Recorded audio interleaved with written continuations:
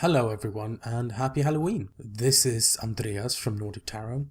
I'm bringing you a love reading for the month of November, and as the readings are general and trying to cover as many people as possible, there won't be a message for everyone.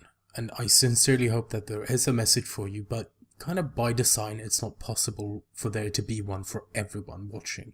And if you'd like more information about how to contact me for personal reading or what decks I use, you'll find all of that in the description box below. Thank you, and I hope you enjoy your reading. Hey Libra, Sun, Moon and Rising. This time your underlying energy is the Lovers, and the Lovers is one of the soulmate cards. So, if you're looking for love, this is quite lovely. It's also a card of decisions. It's making a choice, and it's a choice between head or heart. And that can sometimes be a difficult choice. And I'm wondering if this underlying energy is running into the distance of the future here, because you do have a difficult decision there with the Two of Swords. But the underlying energy is more immediate. It's kind of what's happening right now is kind of informing this reading of what's going on. And the Lovers is also just like love. It's loving what you do. It's loving your work or your study or your children or your partner or yourself. It's just love in general. It's pure love.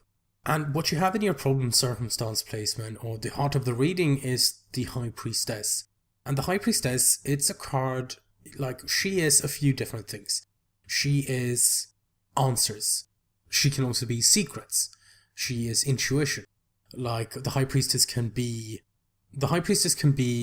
someone who has the answers, or rather, she is someone who has all the answers. Now, the question here is, are you the High Priestess, or is someone else, perhaps the King of Cups, the High Priestess? The High Priestess does speak of a lot of answers, she is the keeper of knowledge and secrets and all these things, right? But like I said, she also is about intuition of following what you just feel in yourself is what you want to do.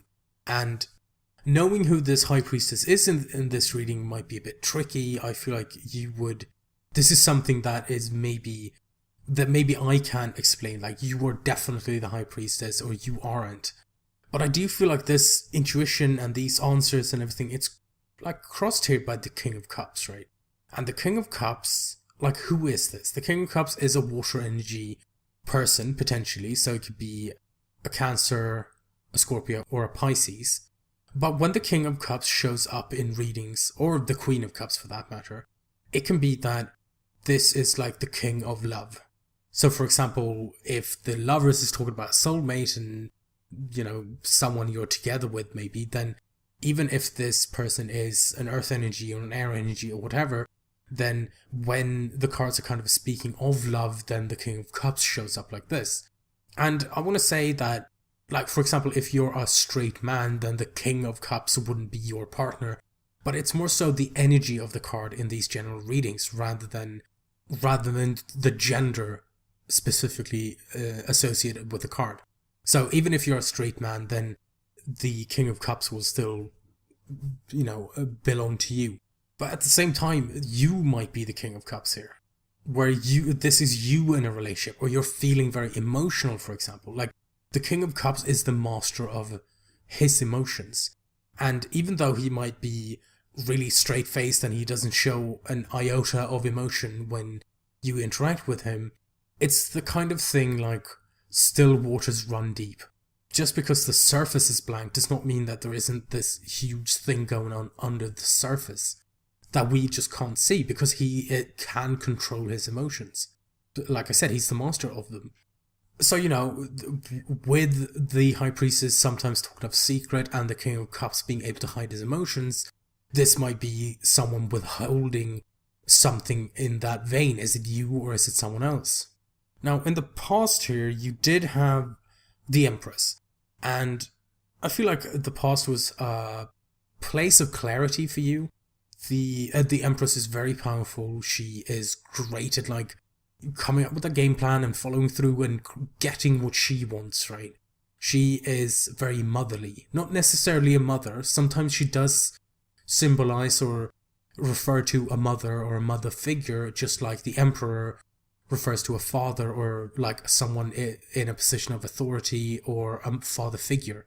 And the empress is like the reflection of that on the feminine side. But she is nurturing, she takes care of people, she gives birth to new ideas. That's one way of her being a mother. And she's very caring and very powerful in her own right. And like I said, it just feels to me like there's like a time of clarity for you. But what this kind of energy moved on from, and again, it's important, like, were you the empress? Maybe this is a reference to your mother, maybe, or a mother figure, or something like that. But were you the empress? Did you have all this power in you in the past? But then, like, what happened, because this kind of energy has moved on to the present and transformed into the Five of Cups. Something happened. This is grief, loss. This is someone who is upset about having lost something. It depicts these 5 cups. The 3 of them are turned upside down. And it's something that was very painful. Like I said, grief, loss. It's something very upsetting. What the 5 of Cups reminds us of is that behind us is the 2 of Cups. And of course the 2 of Cups is a soulmate card, just like the Lovers. And it's kind of reminding us of what we have. And it can be that the focus is very much on what we've lost. But there behind us, we do still have the 2 of Cups. We still have things. We haven't lost everything. And sometimes it's about shifting our focus, not getting stuck in that kind of energy and that kind of position where we are so overwhelmed by the grief. And of course, grieving is completely fine and understandable, and everyone mourns and grieves differently. Everyone has their own process, and that's completely legitimate and completely fine. But I do feel like you are feeling very stuck in what's been lost here. And I think it's interesting that you do have the 5 of Cups and the 4 of Cups in this reading. Because in the 4 of Cups, then that is someone who's so incredibly focused on what they don't have. But it's the fact that they do have the 3 of Cups. They want more than that, but they are so intent on what's missing. And what's missing, of course, being the 4th cup being offered to them. But I'll get more into that once I get to that card. But in the future, what this can lead on to then is the 2 of Swords. And the 2 of Swords, like I said, is a difficult decision. This is a decision we either don't want to make, or a decision we feel we don't have enough information to make. That something's standing in the way, something's making this difficult. And what kind of decision is it? And it's the kind of thing, there are a few different choice cards, right? So the 2 of Wands is also a choice card, but that I always feel like it's more open-ended and it's more about picking a path, like what's the direction you're going in now. And the 2 of Swords is, like, you can't hold these 2 swords forever. It always feels to me like this is a choice that, like, at some point something's gonna have to get picked, because you can't hold both of these swords up forever, and they're heavy and sharp, and will you be able to hold on to both of them in perpetuity? And I feel like to move on, if you do have the 2 of Swords at some point, then to move on from there, you will have to make a choice. Like, staying there is fine, but can you do that forever? And another thing is that once you have picked a sword, then you have the Ace of Swords, the Sword of Truth, and your truth, like what's true for you. Now, what's going on in your crowning energy? You have the Justice card, and the Justice card is, it can be about marriages and divorces, it can be about contracts, it can be about decisions, apologies. It's a card of karmic balance, balancing out the karmic scales. It has some stuff to do with intentions and, like, how are you using the energies of the universe and all these things, right? But this can be someone who's waiting for an apology. So maybe you're waiting for an apology to come in for this 5 of Cups stuff that happened. Or maybe there's a decision that you need to make. And is that the Lovers? Is that the decision this is talking about? Because justice is your advice for what to do now. Or it's a path you can follow that can change things. So I don't think that Justice is talking to the Two of Swords in the future. I think it's more likely that it's talking to the underlying energy, because that's an energy that you have right now. And it is about a choice. And I do feel like that's what the Justice card is talking about here for you. And it's kind of making a decision to balance the scales, to, you kind of been feeling a lot of injustice. And with the Five of Cups there, I do feel like you have been feeling a lot of injustice in your love life. But then what you have in your feelings, and this is like where you are now, how you are feeling, what are your energies currently within yourself? And it's the Devil. This is someone who is stuck. The Devil asks us what has power over us. And it can be about us feeling chained down. It can be about habits that we want to forsake. We don't want these habits anymore. It can be old ways of being and old ways of doing things or thinking that maybe we find harmful to us, that we want to leave behind. But it's difficult because we feel chained down by the Devil, right?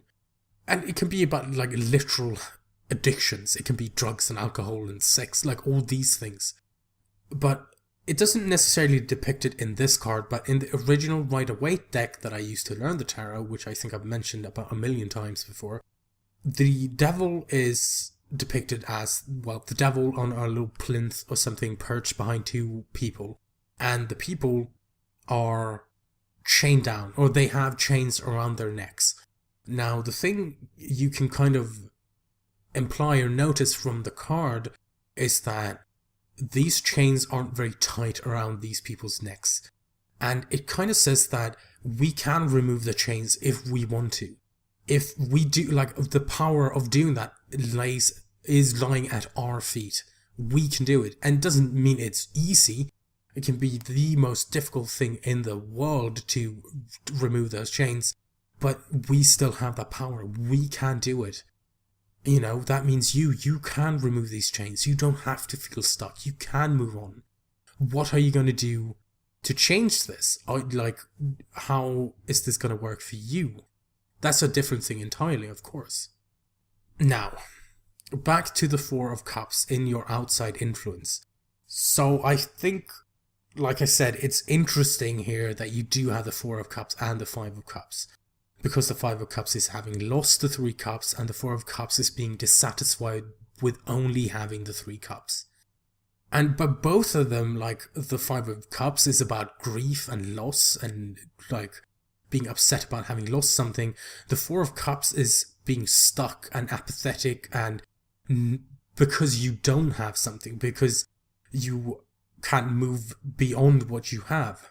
But what both the Four of Cups and the Five of Cups tells us, which I find is quite important in this reading, is that in the Five of Cups, the Two of Cups are there if we look for them. We do have them still. We still have things. There are still things that we can, it's the Two of Cups, so it's love or like a partnership. It can be so many different things, but like, it's kind of saying that we can shift our focus from what has been lost to what we actually have. And in a similar way, the Four of Cups is saying that we are so focused on the dissatisfaction of only having these these three cups, I'm sorry. But if we shift our focus, we will see in the periphery that there is a fourth cup being offered to us. So I feel like both the Five of Cups and the Four of Cups is about shifting focus. What is the focus on now? Okay, there is grief, there is loss, and there's dissatisfaction, and you feel stuck, and all of this is so valid and important to understand and accept that, of course, that's terrible and awful and difficult to deal with. Like, I'm not saying that it isn't at all, but at the same time, we can shift our focus. There are things that need to be done and finished and, decided on. And you do have the ability, you do have the power to do that. You can move away from this devil energy. And then moving on from that card to the hopes and fears placement, you do have the Ace of Wands. And this is, I can understand this, because the Ace of Wands it's one of the aces, so it's a new beginning, and it's passion, it's excitement, enthusiasm, it can be a new project. And it's this fiery go-getter, like, when your chest just fills up and you're raring to go and it's like, I'm going to do this is going to be amazing. I'm so in love with this idea. And I can so definitely understand why in the Hopes and Fears placement you have this kind of energy. Because you are feeling grief and loss with the Five of Cups. You're feeling stuck with the Four of Cups and the Devil, and you just want to have this passion, this explosion of passion and drive. I think that makes so much sense. And, what can all this lead to in the outcome? The Ten of Cups. Emotional fulfillment, happy ending, a fairy tale ending in some cases. And it's like I said, emotional fulfillment. And like the Five of Cups or the Four of Cups, that's not emotional fulfillment in the slightest. The Ten of Cups, on the other hand, that is that happy ending. That is that celebration. And it's often with other people as well. That, in other decks, it depicts a family. And I suppose, in a way, it does depict a family here with the swans and everything. That it's a happy ending with someone else. But then it's about the steps you take to get to that Ten of Cups. And like I said, you do have the Justice card and the Lovers. So I feel like this is about a decision. This is making a choice of some sort. Shifting your focus. Doing something differently. Seeing things in a different light. But I want to move on to your Oracle cards. And the first one from the Oracle of E is number 4, Bunny Hop Jive. And it reads, whoever said that you had to do it alone. It's tea for two time. Friendships, partnerships, even partyships are bounding your way. It's time to join hands and do-si-do with your sisters and bros. Togetherness brings miracles now. So what is this? Have you experienced some kind of loss and you feel like maybe you're alone and you're stuck and you don't know what to do? But are there people around you? The Lover is talking about a soulmate. The Five of Cups, yes, it's a loss and a grief, but there is the Two Cups, the soulmate card, in the background as well. The Four of Cups is, I don't know, is the Four of Cups talking about being so focused on what's been lost with the Five of Cups? Or is the Four of Cups kind of saying, hey, Three of Cups is the friendship card, it's the loved ones card, then that there are people around you, maybe even the King of Cups, is this someone you can get support from, or is the King of Cups the issue here? And from the wisdom of the Oracle, you have number 3, Between Worlds. And the essential meanings are transitions, not quite out of one situation and fully engaged in another. Temporary blindness, no man's land. I feel like Between Worlds are talking to like the Four of Cups and the Five of Cups, even Justice, that there is this element of shifting your focus on, yes, of course, like I said, grieving and feeling that loss and mourning, that entire process is completely legit and it's something you have to do. I understand that. But then there is this thing about being done with that, of getting closure at some point and then being able to then take the next step. And I feel like the Justice card here and the Lovers with this decision that I feel it's about has a huge part in being able to move between worlds. And I know I might be making it sound so simple, and I trust me, I'm not trying to.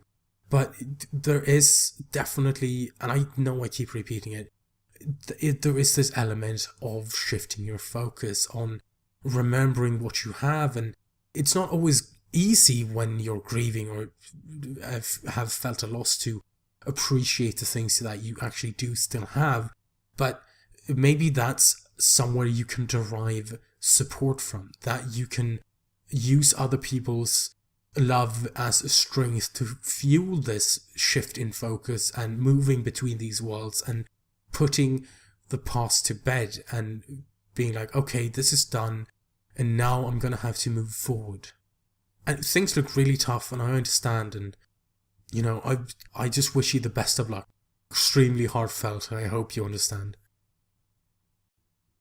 So there we are. That was your reading for November.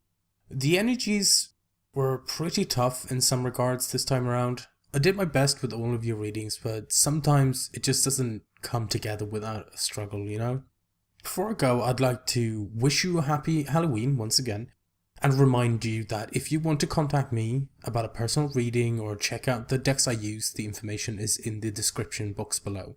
I'd also like to thank all of you for watching and supporting me.